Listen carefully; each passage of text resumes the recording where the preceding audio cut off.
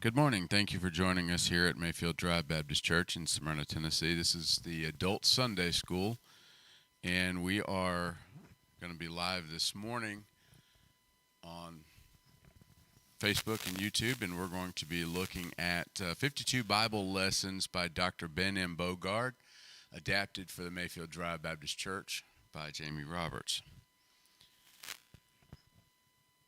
So this week we'll be looking at Exodus. Exodus means going out. Dr. Bogard had this note in his book that I want to share with you. In this lesson, we shall direct attention to the historical part of Exodus only, reserving the remainder of it for the lesson on the law that shall follow.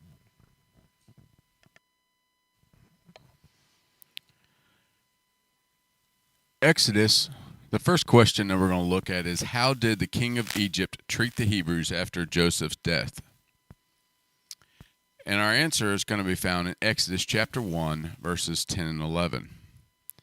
Come on, let us deal wisely with them, lest they multiply, and it come to pass that, when there falleth out any war, they join also unto our enemies, and fight against us, and so get them up out of the land. Therefore they did set over them taskmasters to afflict them with their burdens, and they built for Pharaoh treasure cities, Pithom and Ramses. So, answer to the question is, how did the king of Egypt treat the Hebrews after Joseph's death? He made them slaves. Answer to that question is, he made them slaves. Next question that Dr. Bogard asks is, what cities did the Hebrews build for Pharaoh the king? Our answer is going to be in Exodus chapter 1, verse 11. Therefore they did set over them taskmasters to afflict them with their burdens, and they built for Pharaoh treasure cities, Pithom and Ramses. Answer is Pithom and Ramses. And we got a lot of slides to go through, so I'm going to go pretty quick so you've got all the answers on the board here. Next question is, why did Pharaoh have the Hebrew male children slain? Sounds kind of familiar, doesn't it? Remember, Pharaoh did it, but now Herod did it too. Exodus chapter 1, verse number 16. And he said, when ye do the office of a midwife to the Hebrew women, and see them upon the stools, if it be a son, then ye shall kill him. But if it be a daughter, then she shall live. Pharaoh pulled all the midwives for the Hebrews in and gave them this proclamation. The answer to that question is because he was trying to slow the population growth and prevent warriors to join with their enemies against them. You can see that in verses 9 and verse 10. Before I go any further, verses 12 and through 14 say that the more the Egyptians afflicted the Hebrews, the more and the greater their numbers grew. So the more that the slaves were persecuted, the more Hebrews were born. The more they grew, the more their numbers grew. There's a comparison here with the New Testament church. The more that Satan persecutes it, the more it grows. If you look at the New Testament, when Saul started persecuting the church, not only did it scatter, but it grew and kept growing. And as Brother Joe has been discussing on our Wednesday night Bible study about church history, we see that the more that the church is persecuted, the more it grows. If you start looking at martyrs, Christian martyrs, you'll find that the more people are killed for Christ, for the cause of Christ, the more it grows. It doesn't stop it. It doesn't slow it down, but it grows even more. The next question that we have is, of what tribe was Moses? Moses was of the tribe of Levi. But our answer is found in Exodus chapter 2, verse 1. And there went a man of the house of Levi and took to wife a daughter of Levi. Moses was of the tribe of Levi. We find that the man listed in verse number 1, later on in verse number 10, is you find out he's actually Moses' father. Doesn't give his name at this point, but you do find it in Numbers. How did Moses escape being killed? I love this story. And if you read this story, it's actually pretty neat. But we're not going to get into the story. We don't have time. But I remember this story in Sunday school. It was awesome. But Exodus chapter 2, verses 3 through 9, and we're going to look at all these verses. Verse number 3, and when she could no longer hide him, she took for him an ark of bulrushes and daubed it with slime and with pitch and put the child therein, and she laid it in the flags by the river's brink. Flags, those tall reeds, okay? And his sister stood afar off to wit what would be done with him. To him, excuse me. And his sister stood afar off to wit what would be done to him. And the daughter of Pharaoh came down to wash herself at the river, and her maidens walked among the river's side. And when she saw the ark among the flags, she sent her maid to fetch it. And when she had opened it, and she saw the child, and behold, the babe wept. And she had compassion on him, and said, this is one of the Hebrews' children. What's that old saying? Baby starts crying. Automatically, it doesn't matter what it is, whose it is. Verse 7, then said his sister to Pharaoh's daughter, shall I go and call to thee a nurse of the Hebrew women, that she may nurse the child for thee? And Pharaoh's daughter said to her, go. And the maid went. The maid, remember who the maid was? The maid went and called the child's mother. And Pharaoh's daughter said unto her, take this child away and nurse it for me, and I will give thee thy wages. And the woman took the child and nursed it. His mother hid him in an ark of bulrushes, and he was found by Pharaoh's daughter and raised by his birth mother. The answer to the question there is, how did Moses escape being killed? His mother hid him in an ark of bulrushes, and he was found by Pharaoh's daughter and raised by his birth mother. Pretty amazing story there, isn't it?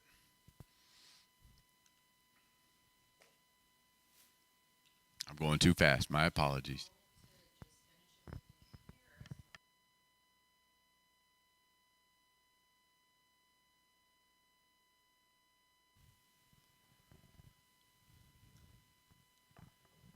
The next question is, whose son did Moses become by adoption? Exodus chapter 2, verse number 10. And the child grew, and she brought him unto Pharaoh's daughter, and he became her son. And she called his name Moses. And she said, because I drew him out of the water. Whose son did Moses become by adoption? Pharaoh's daughter is your answer. The next question we have, and again, I'm going pretty fast. What caused Moses to go to the wilderness? If you've read the story of Moses, you understand this, but if not, Exodus chapter 2, verse number 15. Now when Pharaoh heard this thing, he sought to slay Moses. But Moses fled from the face of Pharaoh and dwelt in the land of Midian, and he sat down by a well. Now, Moses killed an Egyptian hitting an Hebrew, and he hid the body, thinking that no one would know about it. But Pharaoh found out and sought to kill him. He committed a crime of passion. He saw one of his Hebrew brethren being hit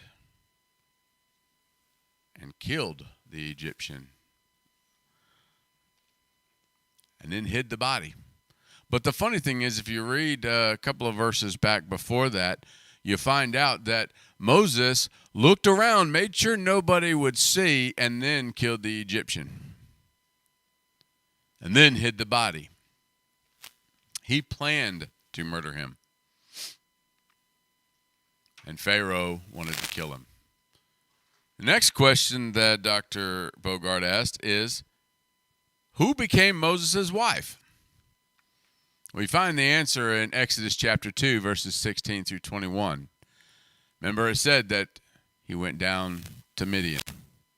Now the priest of Midian had 7 daughters, and they came and drew water and filled the troughs to water their father's flock. And the shepherds came and drove them away, but Moses stood up and helped them and watered their flock. And when they came to Reuel, their father, he said, How is it that ye are come so soon today? And they said, An Egyptian delivered us out of the hand of the shepherds, and also drew water enough for us, and watered the flock. And he said unto his daughters, And where is he? Why is it that ye have left the man? Call him, that he may eat bread. And Moses was content to dwell with the man, and he gave Moses Zipporah his daughter. Zipporah, the daughter of Reuel, the priest of Midian. Doesn't say what he was a priest of, just says he was a priest of Midian.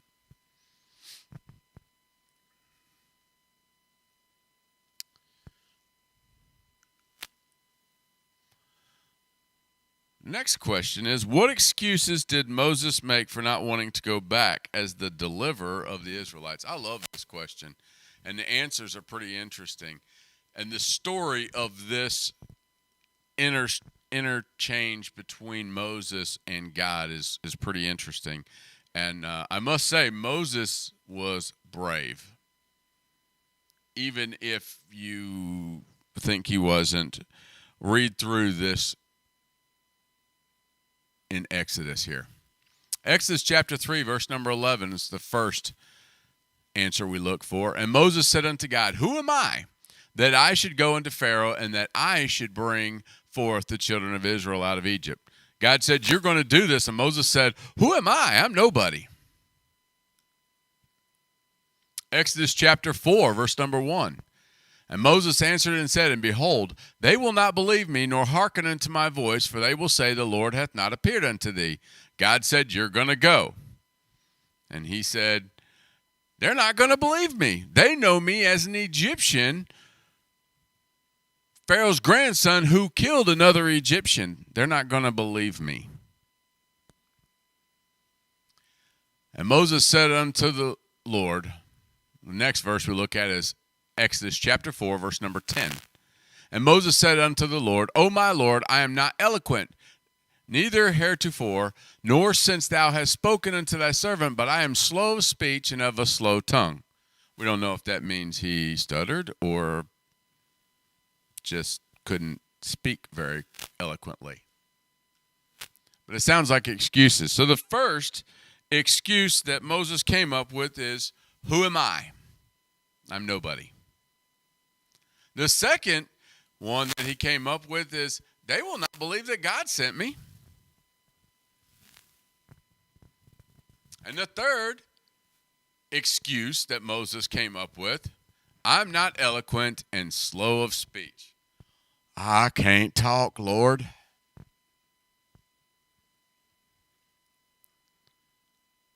But God had answers for his excuses. And the next question is, how did God answer his excuses? He answered them very fittingly. And again, he gave 3 excuses, and God gave him 3 answers. Exodus chapter 3, verse 14. And God said unto Moses, I am that I am. His answer to who is going to send me.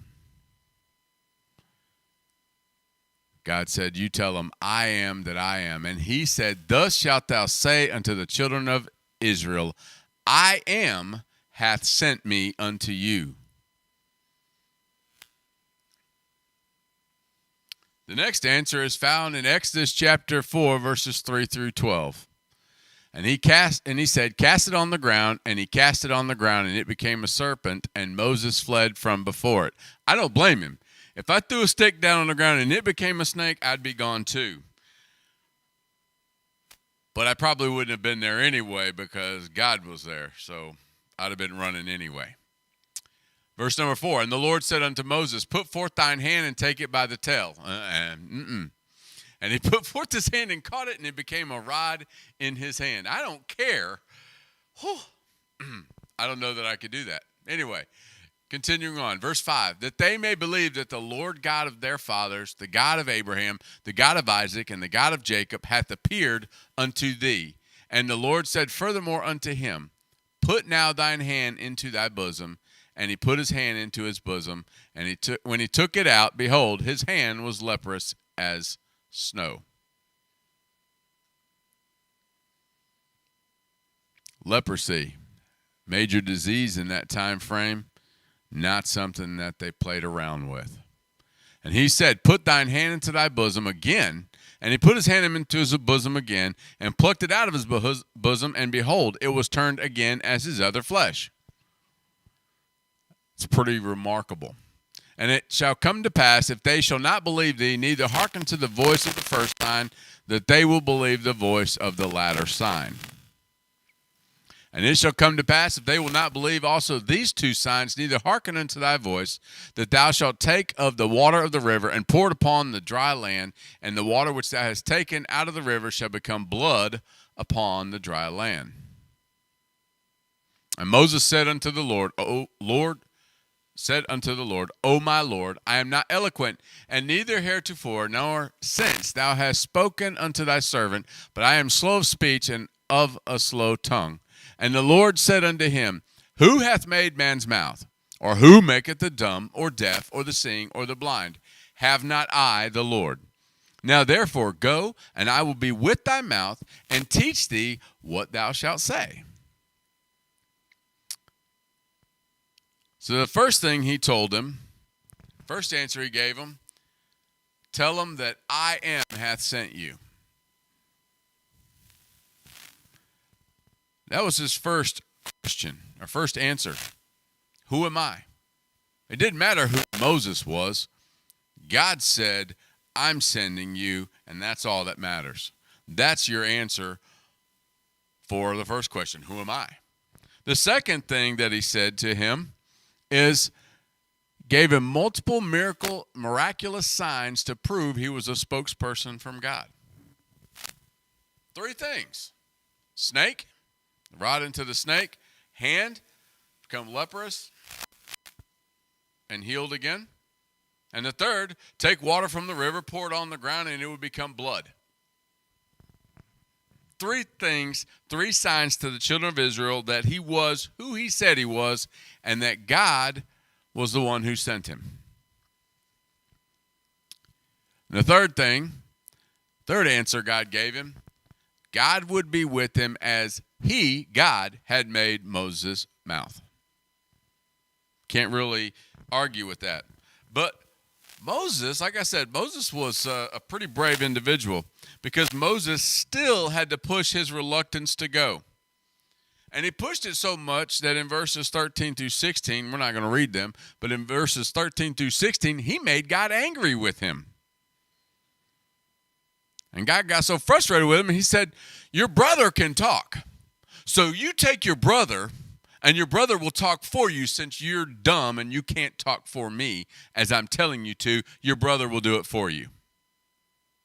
And I will tell you, Moses, then you will tell your brother, and then your brother will speak. You got to be pretty brave to make God angry, especially face to face with God.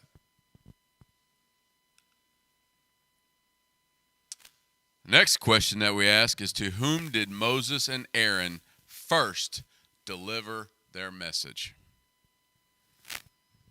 Exodus chapter 4, verse number 29 says, and Moses and Aaron went and gathered together all the elders of the children of Israel. If you read that, you'll find that they didn't necessarily, it doesn't say that Moses had to show them the signs. Doesn't really say what Moses had to do to tell them or had to prove to them, but apparently they believed him.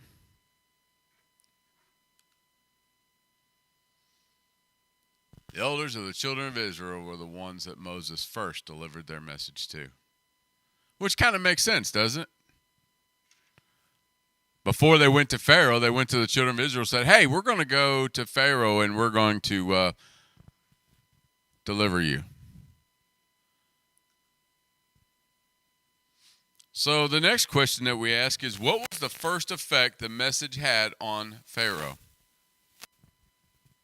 How do you think Pharaoh took the message? Exodus chapter 5, verses 6 and 9. Yes, skipped through some verses there. And Pharaoh commanded the same day the taskmasters of the people and their officers, saying, He said some more stuff.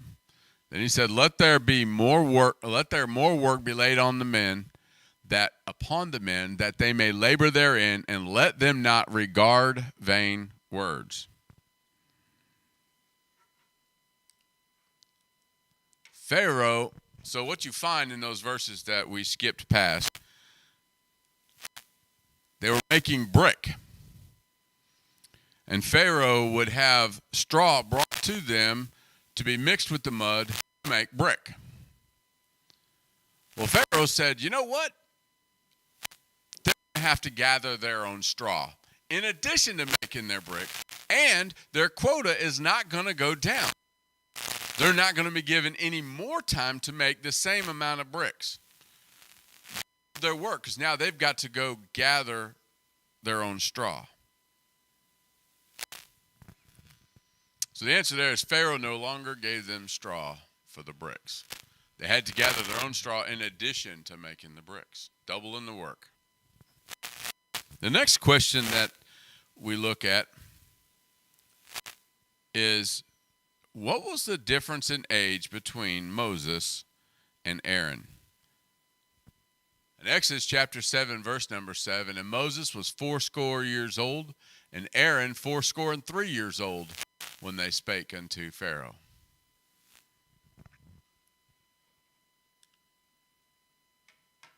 Aaron was 3 years older. Not real old, but he was 3 years older than Moses. I love this next one. And remember, Aaron's the spokesperson here. Remember, because Moses can't speak. So as the spokesperson, what showed Aaron's supremacy over the magicians when all their rods were turned to serpents? Exodus chapter 7, verse number 12. And if you ever read the story of Moses, you'll find that when Moses came before Pharaoh and was talking to Pharaoh, Pharaoh wanted some proof that Moses and Aaron were who they said they were. And so that your rod becoming a serpent was saved for Pharaoh. So when they did that, the magicians that Pharaoh had, sorcerers, magicians, whatever you want to call them, practicers of the dark arts, whatever, however you want to say it, they threw down their rods, and they became certain serpents. And Pharaoh said, see, they can do it too. But Exodus chapter 7, verse number 12 says, for they cast down every man his rod, these are the magicians, and they became serpents. But Aaron's rod swallowed up their rods. They could do it too, but his was better. As we get into the next question that will end our lesson, but there's 10 answers to that question, you'll find that on some of these things, those magicians could do what Moses did, but not as good. Not as good. And just like they could throw their rods down and become serpents, they were unable, their serpents were not as powerful as Aaron's. Next question. Like I said, this has 10 answers. Name the 10 plagues set on Egypt. Exodus chapter 7, verse number 20 says, and Moses and Aaron did so, as the Lord commanded, and he lifted up the rod and smote the waters that were in the river in the sight of Pharaoh and in the sight of his servants, and all the waters that were in the river were turned to blood. Now, if you look at some of the verses around that, you find out not only was the river turned to blood, but the ponds were turned to blood. Every body of water was turned to blood. So the first answer is the water was turned to blood. It's amazing. Like I said, he didn't just turn the river Nile into blood. He turned all the bodies of water in Egypt into blood. Now, the funny thing is that Pharaoh's magicians were able to take some water and turn it into blood. But they weren't able to turn all the water instantaneously into blood.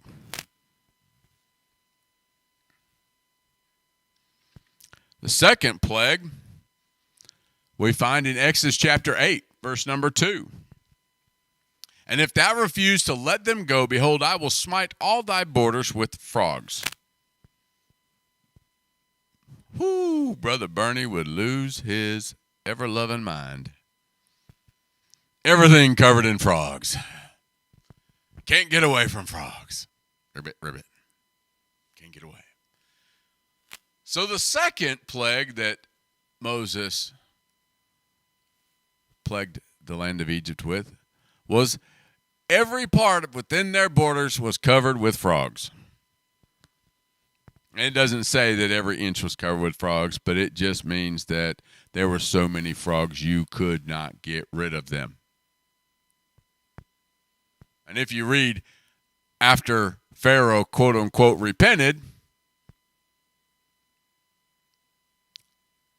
that they were sweeping the frogs died, and they swept them up in these big heaps, and they stank. I can imagine that.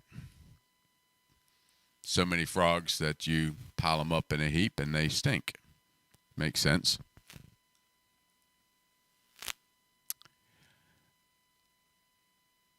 The next one we're going to look at, Exodus chapter 8, verse number 16.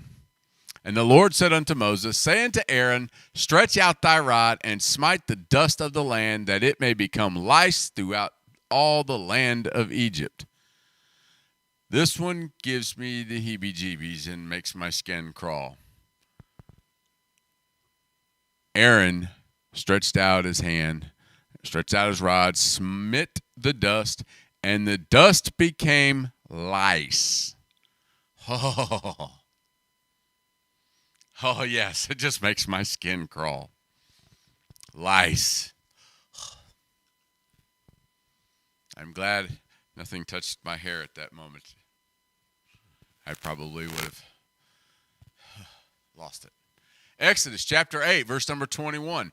Else, if thou wilt not let my people go, again, every time, in between, every time, Pharaoh says, just get rid of it, and I'll let the people go.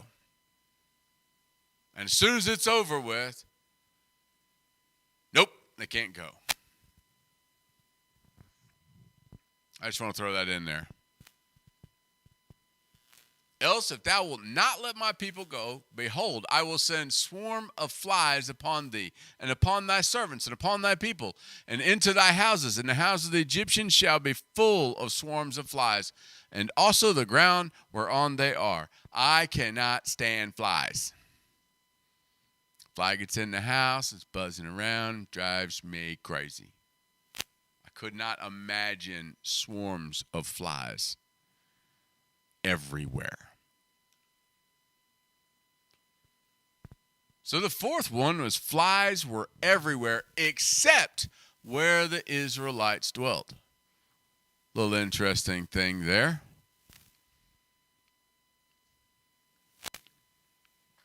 So everywhere that the Egyptians were, there was flies. Except where the Israelites lived. The Israelites lived, there was no flies. Water where the Israelites were was not turned to blood. The land where the Israelites were was not covered in frogs. The land where the Israelites were, the dust didn't become lice. The land where the Israelites were not covered in flies. Oop, I apologize, went too far there. So the next one, Exodus chapter 9, verse number 3. And behold, the hand of the Lord is upon thy cattle, which is in the fields, upon the horses, upon the asses, and upon the camels, upon the oxen, and upon the sheep. There shall be a very grievous murrain. Now, it doesn't say what that murrain, what that word is, and I'm not educated enough to know exactly what that means. But apparently there was a very bad disease sent upon the animals. Murrain was sent upon all the horses, donkeys, camels, oxen, and sheep of the Egyptians, and they all died.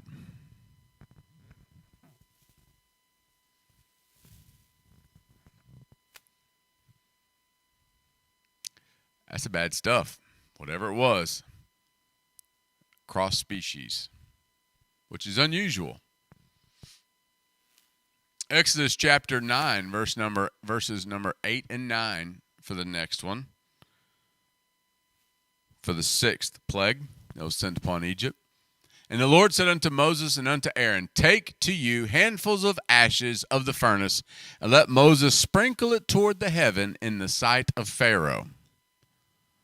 And it shall become small dust in all the land of Egypt, and shall be a boil breaking forth with blains upon man and upon beast throughout all the land of Egypt.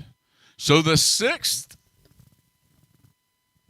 plague that was sent upon Egypt was boils were sent upon all the Egyptians. Boils, very painful, very, very painful. Interestingly enough, if you continue reading through Exodus here, you'll find that the boils were so painful that when Moses and Aaron went to talk to Pharaoh after this, the magicians and all of those fellers didn't even show up because they were stricken with boils, and the boils were too painful. They didn't even show up for that next meeting.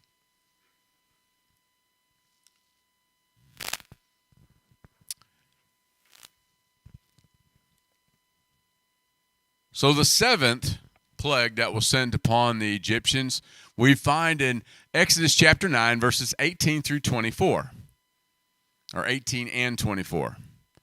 There's some other things in between there, obviously. But behold, tomorrow, about this time, I will cause it to rain a very grievous hail, such as hath not been in Egypt since the foundation thereof, even until now. So there was hail, and fire mingled with the hail, very grievous, such as there were none like it in all the land of Egypt since it became a nation. Basically, what that means is since the time that they had been keeping records, until that time, had never been hail of that magnitude. But it wasn't just hail. There was fire and hail were sent unto all the land of the Egyptians. I don't know, anybody ever been in a really bad hailstorm? And the worst I've been is, large ones were about the size of a golf ball. I remember that as a kid. I could not imagine hail and fire coming down with the hail, or the hail causing fire. If you read that instance in the book of Exodus, you'll find it was pretty bad. It was pretty bad. It was unlike anything they'd ever experienced previously. And guess what? Pharaoh said, enough, enough, enough. I'll let the children of Israel go. And he recanted. Exodus chapter 10, verses 4 through 6. Else, if thou refuse to let my people go, behold, tomorrow I will bring the locust into thy coast. And they shall cover the face of the earth, that one cannot be able to see the earth, and they shall eat the residue of what is escaped, which remaineth unto you from the hail, and shall eat every tree which groweth for you out of the field.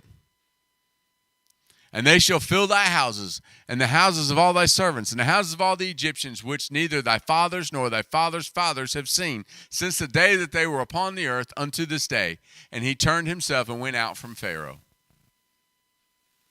The eighth plague was locusts, covered the land, and ate everything that wasn't destroyed by the fire and hail. Oh, you thought you got away with the fire and hail. Didn't destroy everything. Well, guess what? Locust's going to take care of all the rest.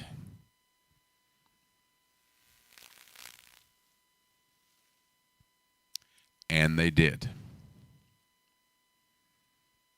But again, remember, the land where the children of Israel were at was spared. Throughout all this, the land the children of Israel were at was spared. Exodus, for number 9, Exodus chapter 10, verses 21 through 22. And the Lord said unto Moses, stretch out thine hand toward heaven, that there may be darkness over the land of Egypt, even darkness which may be felt. And Moses stretched forth his hand toward heaven, and there was a thick darkness in all the land of Egypt 3 days.